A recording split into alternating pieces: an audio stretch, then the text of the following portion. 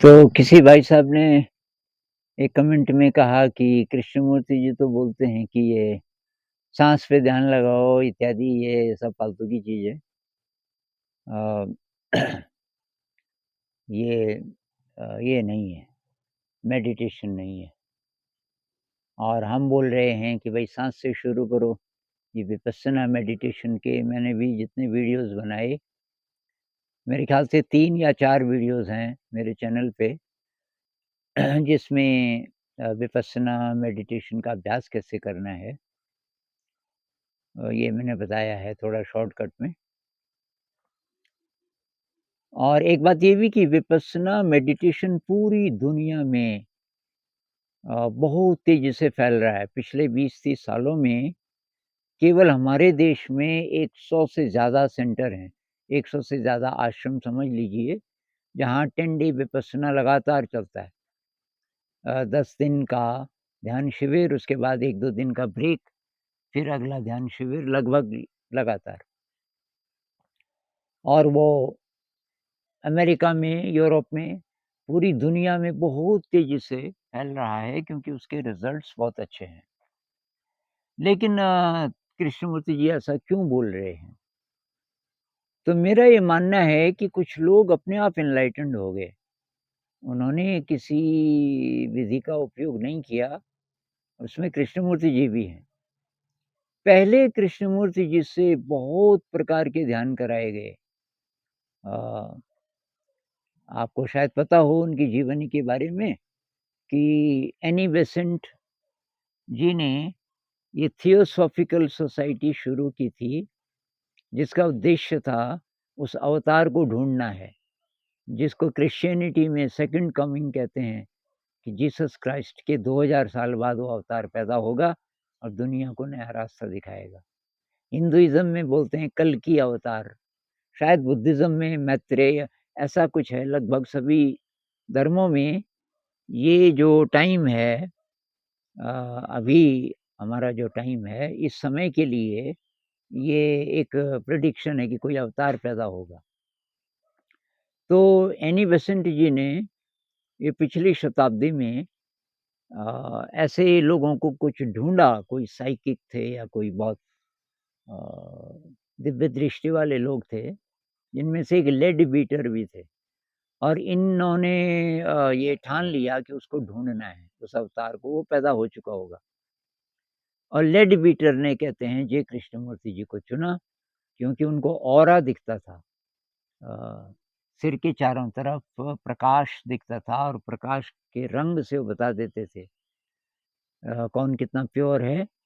और फिर कृष्णमूर्ति जी को उनकी माँ की तो डेथ हो गई थी जब वो छोटे थे, तो पिताजी से और पिताजी ने बोला ठीक है तो इसको आप ले लो। तो कृष्णमूर्ति जी को इंग्लैंड ले गए और उनको तरह-तरह की साधनाएँ करवाई, जिनमें से एक ये भी थी कि सूक्ष्म शरीर हिमालय में कोई जो अ, एनलाइटेंड हैं, कई हज़ार साल से उनकी उम्र बहुत ज़्यादा है और वहाँ एनी बेसेंट भी जाती थी सूक्ष्म शरीर से, कृष्णमूर्ति जी भी जाते थे और ये लेड बीटर भी जाते थे। आप उनकी जीवनी पढ़ना मैरी ल्यूटन्स राइटर का नाम है Mary Lutyens, J Krishnamurti years of awakening और दूसरा वॉल्यूम भी है J Krishnamurti years of fulfilment. पर पहला वॉल्यूम काफ़ी कुछ बताता है उनके बचपन से लेके और जब तक वो एनलाइटेंड हुए तब तक। तो बाद में कृष्णमूर्ति जी ने सब रिजेक्ट कर दिया क्योंकि ये जब हुआ उनको, जो भी ज्ञान हुआ होगा वो एनलाइटनमेंट का, 3 दिन बहुत परेशान रहे और उसके बाद कुछ हुआ, तो अपने आप हुआ। उसी तरीके से रमण महर्षि जी को किसी ने कुछ नहीं बताया, तो पहले जन्मों का रहा होगा उनका, कमाया हुआ, उनको अपने आप हुआ। रामकृष्ण जी को अपने आप हुआ। तो ये जो लोग हैं जिनको अपने आप एनलाइटनमेंट हुआ, वो बोलते हैं यार तुम काहे इस चक्कर में पड़े हो, ये तो बहुत शॉर्टकट है। बस देखो तुम अपने मन को देखो और मन को देखना सीख गए तो मन शांत हो जाएगा। तो किसी-किसी के लिए ये बात यूज़फुल है, जो पहले से बहुत एडवांस्ड है उसका ऐसा हो जाता होगा। और तो कृष्णमूर्ति जी उन्हीं के लिए बोल रहे हैं। लेकिन जो हम सामान्य लोग हैं, हमारे अंदर वो शक्ति नहीं है, तो हमारे काम के हैं बुद्ध। बुद्ध को ये अचानक एनलाइटनमेंट नहीं हुआ, बहुत टाइम लगा। कुछ लोग कहते हैं 14 साल तक, 14 साल तक वो जंगलों में रहे, सब छोड़-छाड़ करके। घर से तो भाग गए थे ना, प्रिंस थे, वो तो राजकुमार थे।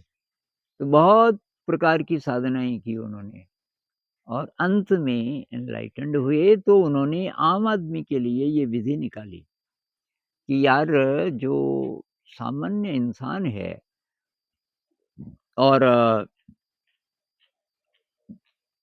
तो कहाँ से शुरू करें?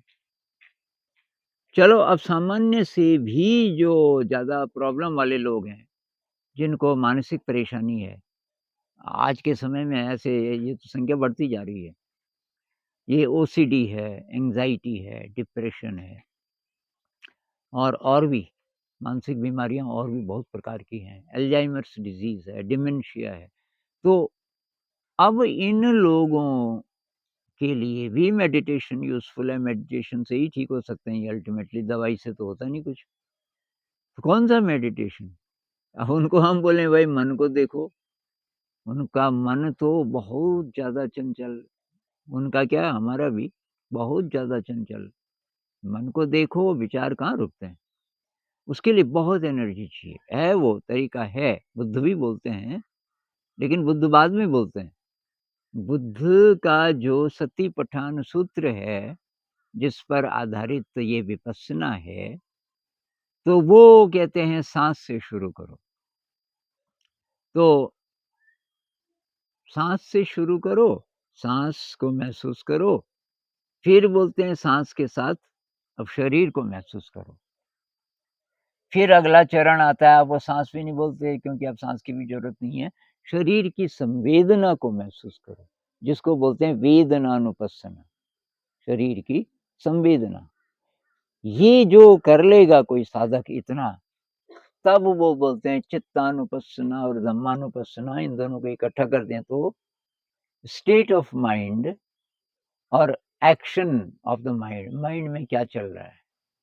तो वही कृष्ण जी भी बोलते हैं, कृष्णमूर्ति जी वही बोल रहे हैं कि ये जो मन को देखो, उसको बुद्ध चित्तानुपස්සना बोलते हैं। अब वो जो कृष्णमूर्ति जी वाले हैं, वो बोलते नहीं है ऐसा कि भई कृष्ण जी जो बोल रहे हैं, वो नई बात नहीं है। वो बात और लोग बोल चुके हैं। ये जो दृष्टा भाव है, ये अष्टावक्र गीता में भी है। वही बात अष्टावक्र की है, पहले से एनलाइटेंड। तो ये जो साक्षी भाव है, विटनेसिंग, चॉइसलेस अवेयरनेस, ये बातें आपको अष्टावक्र गीता में भी मिलेंगी। रमण महर्षि भी ये बोलते हैं। तो लेकिन कृष्णमूर्ति जी नए लोगों के लिए नई भाषा में और एक उनका स्टाइल ऐसा है कि वो पूरी बात एक्सप्लेन नहीं करते। वो ये चाहते हैं कि आप वहाँ पहुँचो। आप उनके साथ-साथ वो जो बोल रहे हैं, उस पे आप प्रैक्टिकल करो।